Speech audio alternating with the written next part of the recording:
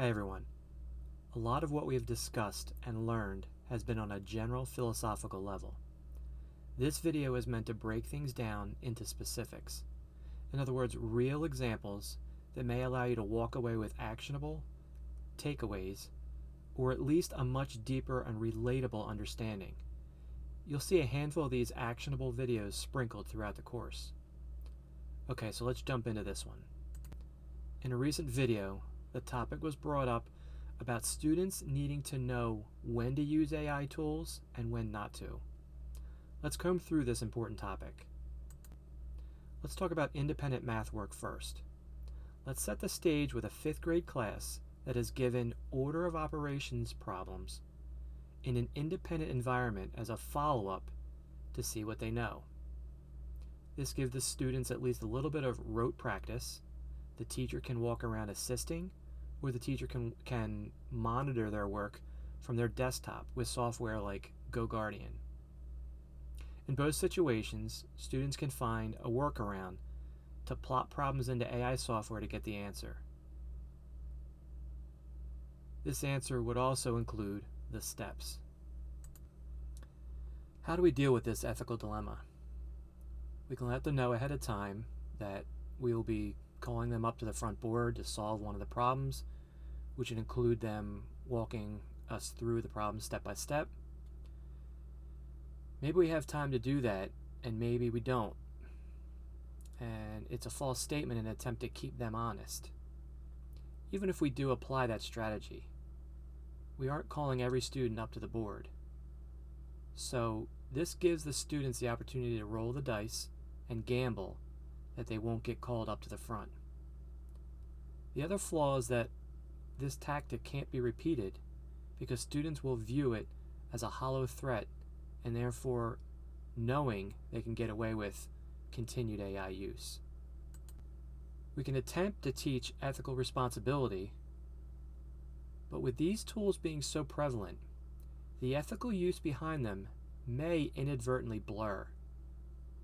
As an example of what I mean by this is, a child could witness their parent ask their phone, "What is 30% off of this dollar amount for a major purchase?" The parent is trying to figure out what the cost would be in an efficient manner and may not remember how to do it. As a society, we find nothing wrong with that. But if a student does it in a classroom, it sets off a dilemma. The point of this is not to figure out where the line is. The point is that the child is getting mixed messages and therefore may then blur the lines themselves. Examples like that are going to happen often and weave through different academic subjects. So let's circle back. What do we do to figure out a practical solution to this ethical dilemma?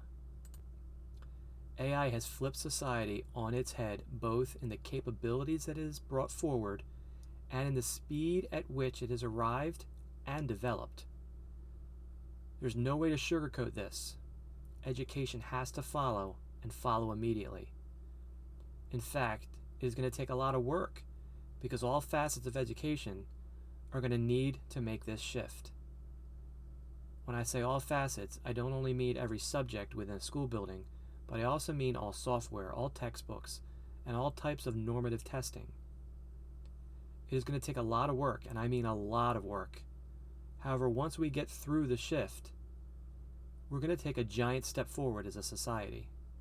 To put it bluntly, we're going to become a much smarter species. So what does this giant step look like? Going back to our original example, the shift would look like this. The independent at-your-seat assignment would change to the teacher saying or doing the following. Students, take this order of operation problem and insert it into ChatGPT, or whatever the current popular and accessible tool is at the time, and tell me what happens. The students would follow suit, and here's where the conversation could start to diverge. Maybe some students get an answer and maybe others get an answer but also get all the preceding steps that go with it. And here's where the teachable moments occur. The obvious start would be to talk about the ones that just spit out the answer Ask the typical probing questions like, how do we know that's correct? After we've exhausted that angle, dive into the ones that gave all the steps. You can ask them, should we blindly agree? They may answer yes because every one of their screens gave them the steps, and they'll probably match. And for the most part, they are correct. However, this brings up another teachable moment where we can attempt to show them that that will not always be the case. AI is not perfect. This circles back to where we're going to have to put in some work. So an example of this work could be to show them the Casio versus iPhone discrepancy. Which one do we believe? Again, these types of work are essential to drive the point home. Now, back to the original problem. The next step is to ask the students, is AI correct on the first step, and why or why not? This conversation is the heart of the educational shift that I'm talking about. The conversation then proceeds with asking them about the next step shown.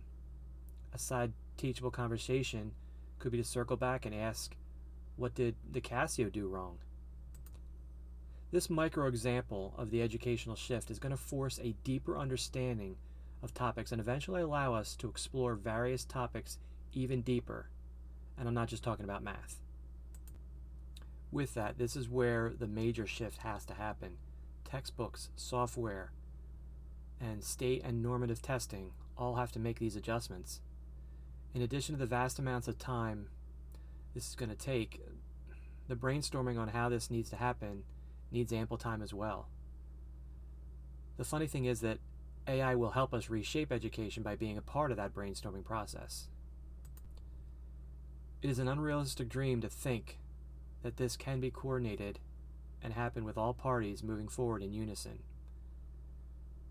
This means the only viable option is for you, the educator, to start whatever you can handle on your end. This also doesn't mean you have to do it alone. You can partition for time, summer curriculum hours to help make these shifts, and time with supervisors or academic coaches to help. I hope this allowed you to experience a much deeper dive into the ethics or the shift, allowing the ethics to not be the barrier or dilemma that it appeared to be on the surface. Thanks for watching and join us in our next video.